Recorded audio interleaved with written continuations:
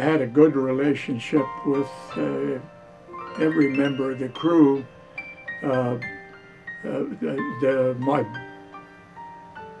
buddy, though, was Vic. We hit it off. We had similar situations. We were both married. He didn't smoke, he didn't drink, neither did I. Contrary to the pictures you've seen, we did not consort with wild women. Definitely not. I just wish one thing, that Victor was still alive to go with us. Vic Ruiz was very quiet as far as I was concerned. I saw every man on our plane show fear except Vic Ruiz. He went about his business just like he had a job to do, and he did it. And I really admired him. In my mind, I wrote him a letter one day and told him how much I really admired.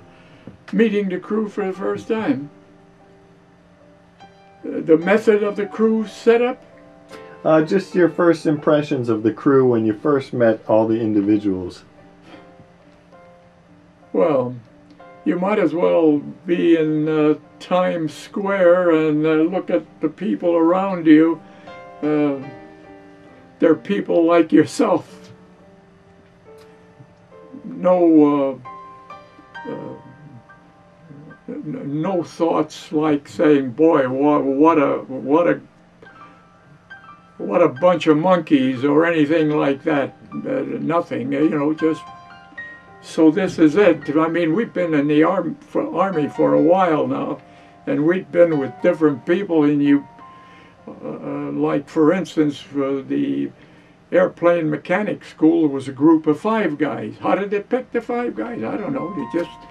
I think they just, Times Square, you grab whoever happens to be there. I think I started out afraid and stayed afraid. Yeah. I was afraid on our first mission. I stayed afraid on 25 more. But I think the longer you flew, the more confidence you got. And your first few missions, why, you weren't sure what to expect. And no matter what your target was, you hated to have to go on it. But later on, whatever it was, why, it was like going to work after that. And after you got, what, 5, 6 missions under your belt, then when you went on a mission, no matter what it was, you felt like, well, you'll be back. And it seemed like the longer you went, the more confidence you got. Not that I wasn't scared. Yeah, you get frightened a lot, and so I guess sometimes fear is a good thing rather than too much confidence. I am absolutely sure that I'm not the same person that went into combat. I don't know how to explain it, but I'm sure I'm more skeptic. I'm more aware of what life really is, and more aware of how quickly life can leave us, you know. Because I don't know how many men I've seen. Okay, I've told this many times. I've seen many men die, many men get killed, but I've never seen a man die. Prior to my service, I'd probably never been more than 100 miles from home. I lived in a rural area. We had an outhouse. We had no modern conveniences in the house. We had no running water.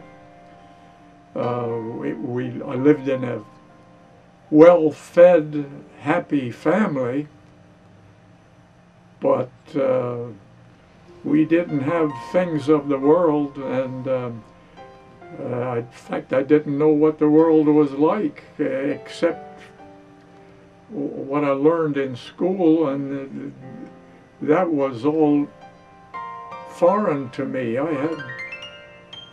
and it broadened my outlook, definitely. And aside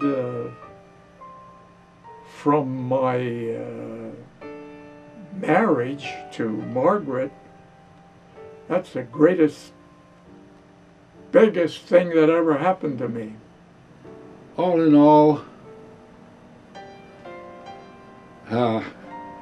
this sounds terrible to put it this way, but we were 21 years, I was 21 years old when we got over to England, and it was the most exciting time in my life.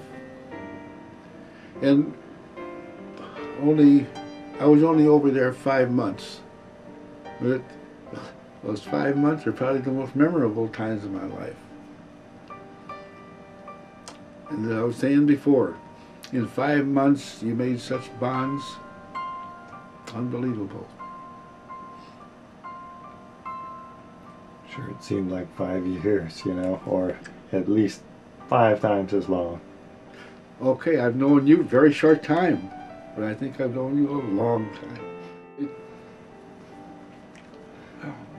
It's great.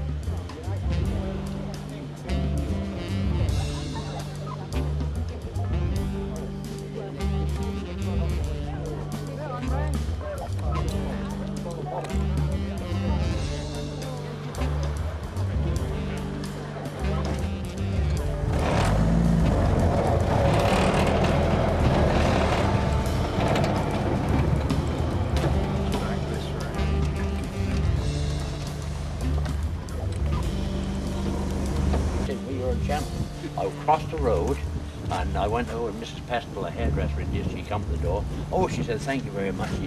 She said, you know that man, don't you? I said, well, I said, I might do it if you know him. I said, well, I just can't. She said, well, that's Mr. Bogus. He's the organ man. I shook me out. I said, Christ. I said, I haven't seen you, sir, since 1949. Okay, I know, Chief. Yeah, Chief. Chief, I never had a flak helmet. What did it look like?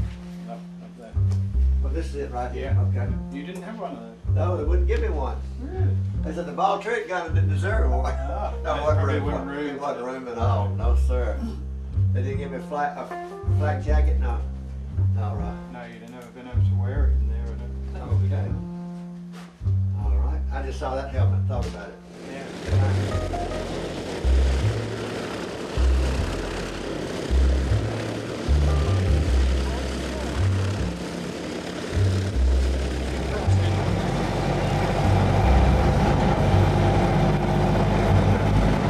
This is where the briefing rooms were, over in this field over here on the left.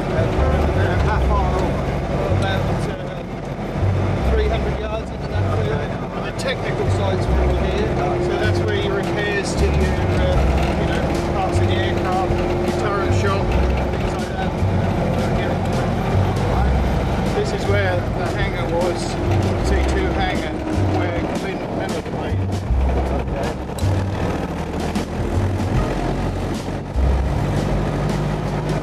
What we're coming up to here is where the ferry track crosses the road. So if you can imagine, we're now coming to the edge of the white line where the ferry track crosses. So we'll go right here, go around. This is part of the original. Yeah, this is part of the original ferry track. What do you call a track? What kind of track? I call it the ferry track, where you taxiway. Okay, taxiway. So you taxi around the aircraft. Did the Americans do that or who? the Americans did, but the reason they did it was because there were so many cycles. There was probably 3,000 cycles, and they'd paid very dear for them when you guys were here, and I think they thought, well, we're not going to give them back to the Limeys. That was a terrible thing to do. I don't know.